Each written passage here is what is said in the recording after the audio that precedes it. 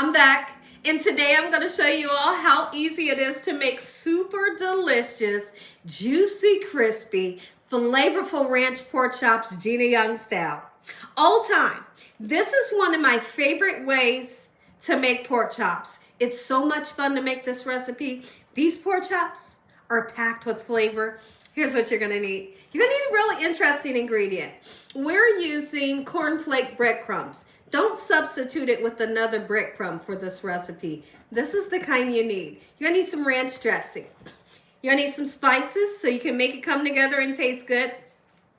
I'll be using a Sazon seasoning packet. We're gonna use some salt, garlic and onion powder, paprika, and black pepper. You're gonna need a little tiny bit of oil to coat the bottom of your baking dish.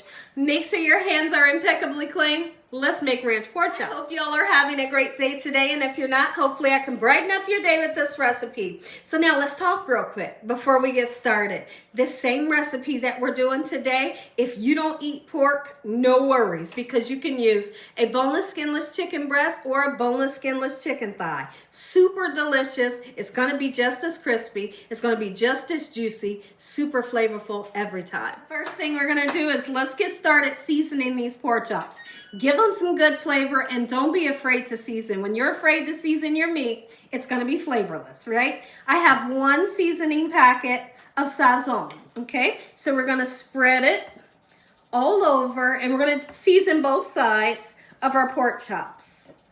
Lovely. I like to use assorted pork chops. I'm really not a fan of the center cut. Beautiful. And so now we're going to go in with salt. Those that can't use salt, leave it out. All right, I want to taste this amazing flavor here. Gorgeous. We're going to put some onion and garlic powder. I need to open that one up. All right, lovely. We're going to put some paprika and some black pepper. We'll flip it over and season the other side. I want you all to really take a look at how well seasoned these are. And that's where that amazing flavor is gonna always come in. I'm gonna be serving these pork chops today with a beautiful rice that me and my family absolutely love. I'm gonna show you.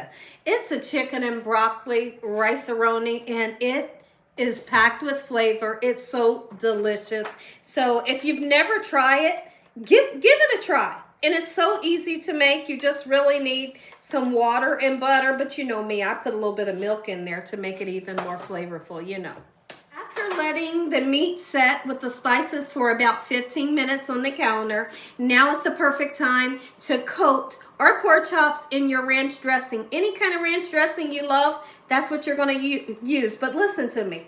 Don't rub off all the spices that you work so hard for. I got a silicone brush here, and I'm going to just lightly, gently brush the ranch dressing all over the pork chops. Don't miss a spot on these pork chops, just like this. Let's go ahead and put our pork chops into the breadcrumbs just like this, because now we have to put the ranch on the other side. So let me show you how we do it. Same thing.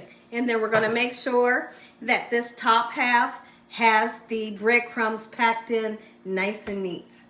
Let's go ahead and flip them over just like this. Look at that great coating. Oh my goodness. When I tell you cornflake breadcrumbs are the best thing they could have ever made, they are so good. Okay, so now let me show you something real quick. With my baking sheets, cookie sheet, I put some cooking oil in there. Doesn't matter what kind. I'm using vegetable oil. Just enough to coat the bottom of the pan. You don't need a whole lot. So once you have your pork chop nice and dredged, just like this, right? We'll give it a nice shake off. And onto our cookie sheet, I have my oven preheated to 365 degrees. Now these are going to become you guys' favorite pork chops. Into the oven, 365 degrees. How I make this. Okay, so I have just a little tiny bit of oil in the bottom of the pan, just enough to coat the bottom. What we're looking for is to toast this beautiful rice that we have here until it's nice, beautiful, and golden brown, right? This isn't something you want to walk away when you're toasting the rice, because it can burn super quickly. So we're going to give it a nice stir right now to make sure that all of the pieces of rice is covered in the oil. Very quickly, it'll get nice, beautiful, and golden brown.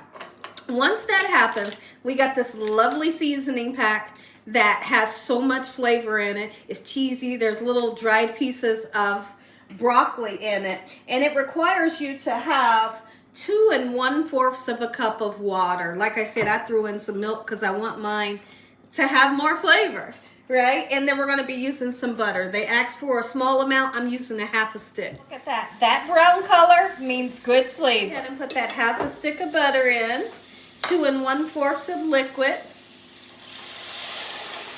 Beautiful. And then we're going to put our seasoning packet in. If you want to put fresh broccoli in here, and I'll do that from time to time. If I got some fresh broccoli, I throw it right in, and it's super delicious.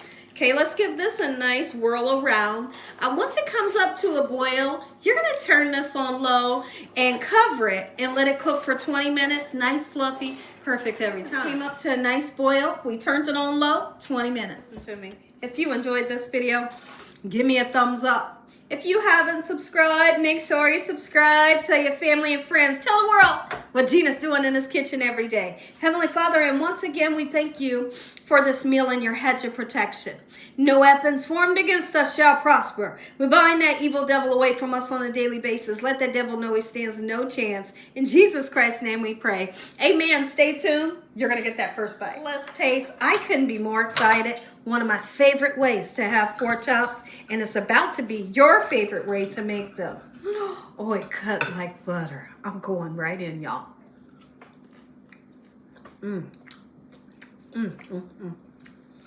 Juicy like I promised.